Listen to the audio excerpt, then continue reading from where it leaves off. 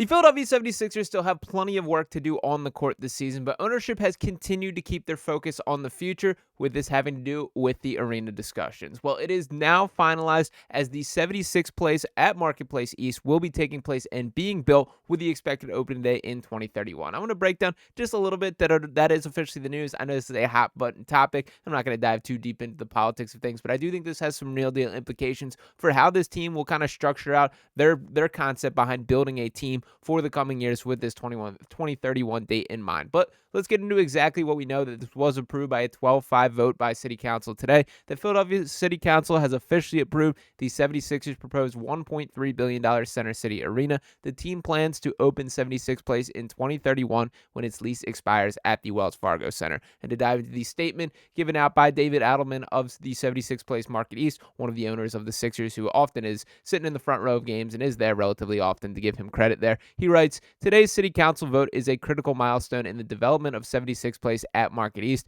and we could not be here without the tireless efforts of so many. We would like to thank Council President Kiata Johnson, Council Member Mark Squilla, and all the council members who voted in favor of the project. We'd also like to thank Mayor Parker and her administration for their support. The leadership that Council and the Mayor have displayed embodies a greater vision for Philadelphia. They recognize how important this project is for the revitalization of our city. We also would like to give a heartfelt thank you to our many supporters and partners over the past 2 years for championing this project. Although a lot of work has been done here, we know that there is much more to do. We look forward to pursuing the remaining approvals to make 76th Place a reality." So I know there's still a couple, dots, I's to dot and T's to cross to make this final, but this does feel like the final blow that this is going to happen. And everyone can have their opinion on whether it's a good thing, whether it's a bad thing. My personal thoughts is I do think it's very cool that we have all these stadiums in one place here. But what I do think that we should acknowledge and be upfront about here is really what the situation is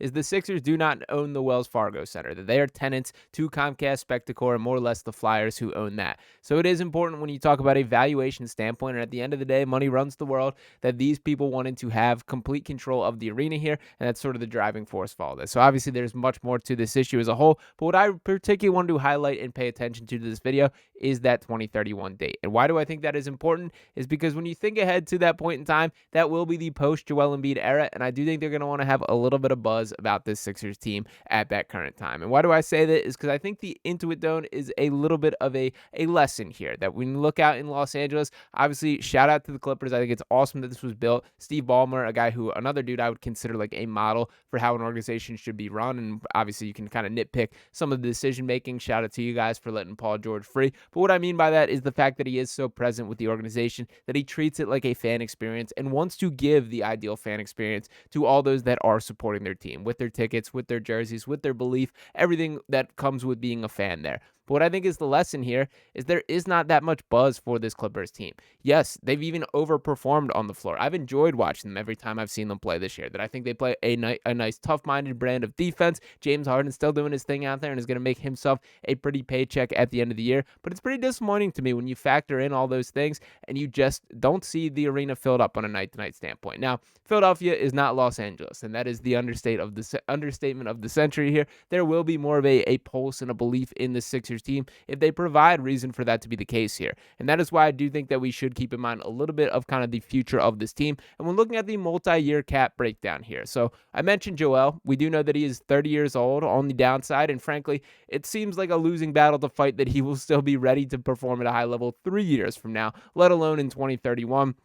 Mind you, still plenty bit of time. And you can kind of see the contract breakdown, even under the best of circumstances with Joel, that he is under contract for 2 more seasons. Did sign the extension that he's under contract for 5 more years, with that last season being a player option there. Paul George, another guy that we're unfortunately not going to be able to see open up this new arena. But where this does bring us is to the Tyrese Maxis and Jared McCain of the world. Now, from Maxey as a whole, I think the conversation has been a bit too negative regarding him this year. He has not been perfect by any means, but still a guy leading these Sixers in both steals and scoring, overall averaging 25.1 points per game, 3.7 rebounds, 5.0 assists, shooting just 41% from the field and 31.7% from three. Those numbers are on the upswing, that they were far worse at the start of the season. And to add to it, Jared McCain. Now, obviously, we will not see this guy for an extended period of time as he's recovering from his meniscus surgery, but what we have seen on the floor so far has been incredibly impressive. 15.3 points per game, 2.4 rebounds, 2.6 assists, shooting 46% from the field, 38.3% from three.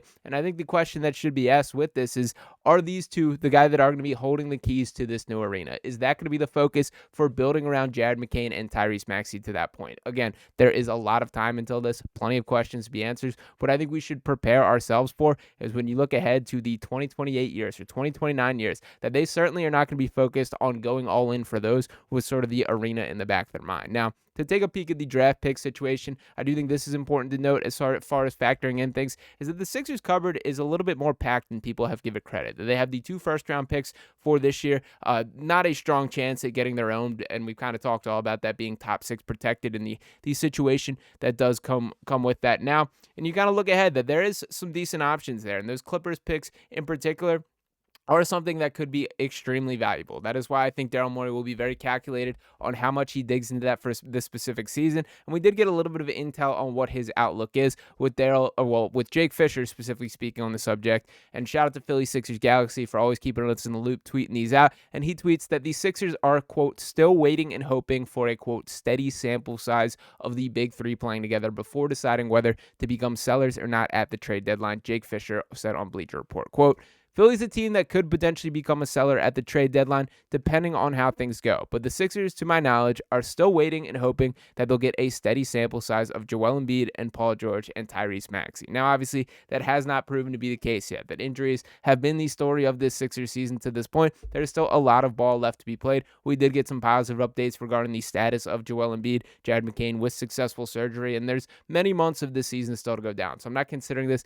a lost cause yet. But what I will say when kind of speaking to the future of things here is it does feel like there's a little bit more of a focus to let the baton gradually be passed. That maybe this is not just Joel Embiid being the heart and soul of this team from an on-court standpoint every time he's out there. Maybe there are more nights where it is Paul George's night or it is Tyrese Maxey's night. And frankly, I don't have an issue with that. I don't mean that being a critique on Joel. I think that's just kind of the reality of the situation, is that we got to acknowledge he is not quite the, floor-raising player that he was at a point in time. Just the availability is becoming more of an issue, and this is probably the worst that it has ever been during the Joel Embiid stance. And I do think that there's a pretty long leash for what the bar of expectation is. We've come to terms and understood Joel Embiid is not going to be a guy that is there on the floor 24/7 night after night.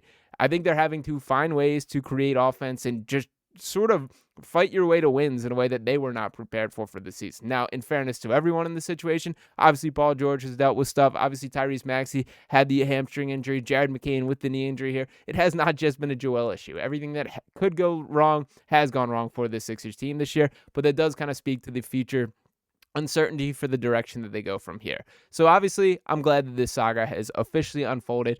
I didn't want to dive into it too much on here or speak on it on the channel. Again, I get people have some strong opinions on this, and I do hear both sides of this. That I think a large, takeaway for me is I don't think either side was particularly negotiating in good faith with the conversation. Everyone had their heels dug in before all the facts were arrived here. But obviously, the decision has been made. This stadium will be built, and I cannot wait to check it out when that is the case here. So 2031 is a long ways away. We're still going to be pounding through this season and having expectations that they can dig out of this hole that they've created for themselves. But this organization will continue to have their eyes on the future as well. And I do think that means not going maybe as all in as we hope for this next season or this specific season or this next core years, as there's going to have to be a pretty important timeline that correlates to when this stadium opens. So we'll see what unfolds from here, but I'm happy to put kind of a bookend on this and declare the Sixers arena talks over at this point in time. Appreciate each and one of you guys tuning into this video here, and let me know your thoughts in the comments. Is this something that fires you guys up? Do you care about the arena stuff? Is there more that you do want to hear about this? I can do a deeper dive on it if it's something that would be interesting to you guys,